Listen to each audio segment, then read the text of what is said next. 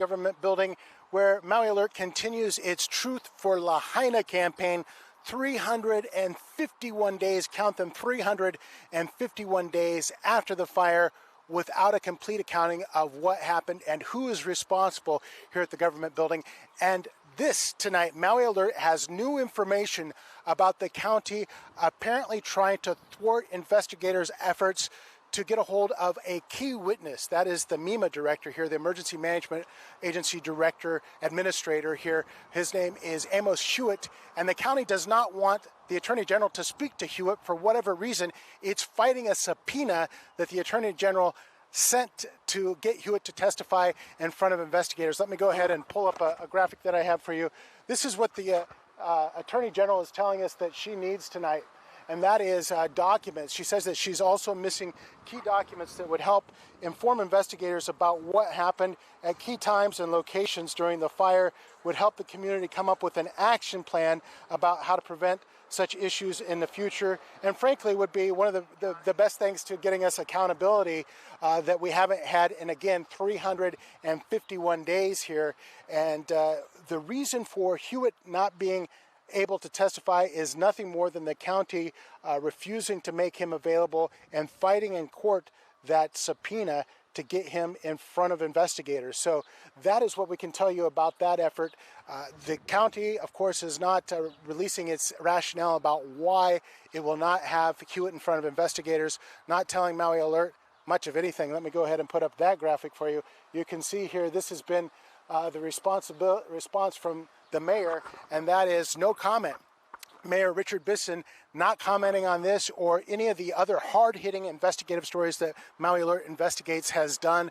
Just doesn't want any part of sort of accountability in the public arena in terms of reporting anyway, not for us anyway. They will not answer questions. We know that other news organizations that are serious about getting answers have had troubles as well.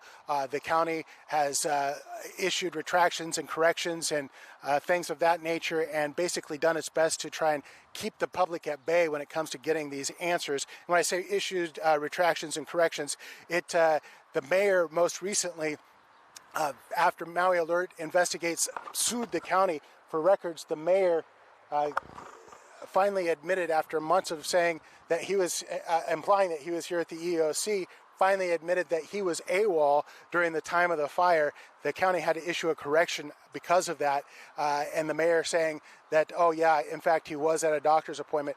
That all came from records, at least in part from records that Maui Alert received through a lawsuit that Maui Alert has filed against the county to get public records, because the county doesn't want to hand them over. The county does not want the information out there that Maui Alert has requested, so we had to sue them. That lawsuit is continuing, hoping to get additional records as well, but there's also information that came out from other records that showed that the mayor was not here, and his administrator, chief administrator at the time, Herman Andaya, was not here. He was on another island, but yet texted the mayor saying, look, the fire is advancing towards Lahaina. The fire chief says they're going to have to evacuate homes. This is in the afternoon, and the mayor saying, well, that sounds, mayor saying, quote, let's stay on it.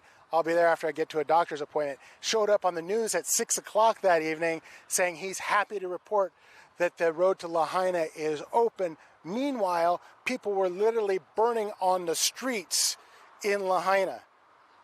And there's not been accountability. 351 days later, no accountability, folks. No answers from this office right here. These folks work for you. The mayor works for you. He makes a nice income here. He has a home. He has a nice car. He has a lot of things that people that lost everything in the fire don't have. And he won't answer to the public about what's happening here. A lot of fire victims that we have spoken to say that is intolerable. That is incredibly wrong. That's what the people that we are speaking to say, completely frustrated that their lives are turned upside down, and yet they're not getting answers. And yet a lot of them feel like the mayor and others are trying to distract the public with other issues, not give them a full accounting, not allow this information to become public and get to the bottom of what happened. And who else might be accountable here? Let's take a look here. The Police Chief John Peltier, he refuses to say where he was at the time of the fire, what he was doing exactly throughout the day. He said the reason for that is because of the investigations that are ongoing. Ironically, that some would allege that the county is obstructing, but that is where Peltier is on that situation. The fire chief, Brad Ventura, was, like I said, off the island, but we also know that Ventura was the interim chief back in 2018 when a similar fire almost took out Lahaina, and he was at a town hall in which the entire community told the members there, including the mayor at the time, Arakawa, the MECO director, who is now the public relations director, Mahina here, and a council member, Tamara Paulton, who is on her way to becoming a council member at the time, who is now, by the way, since then, the head of the committee that leads public safety, that's supposed to be responsible for things like that.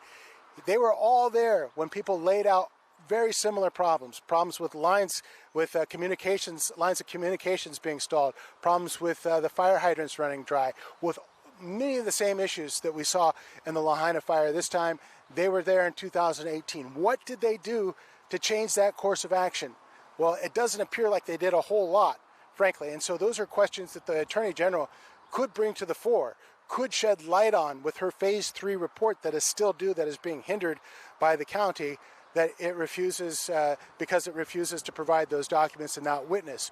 Those are all things that we could learn from in this political season when we're holding people accountable, when we want to make decisions about who deserves to get another crack, what kind of changes need to be done in the county. Has Tamara Paulton and people like her that didn't demand those actions be taken more aggressively and didn't ensure that they happen, should they be returned to office? Or should a new regime come in here, clean house, and do things better in the future? And no, from now on, anybody that doesn't do things the right way, that allows a town to burn down and then tries to cover it up, there'll be consequences for that.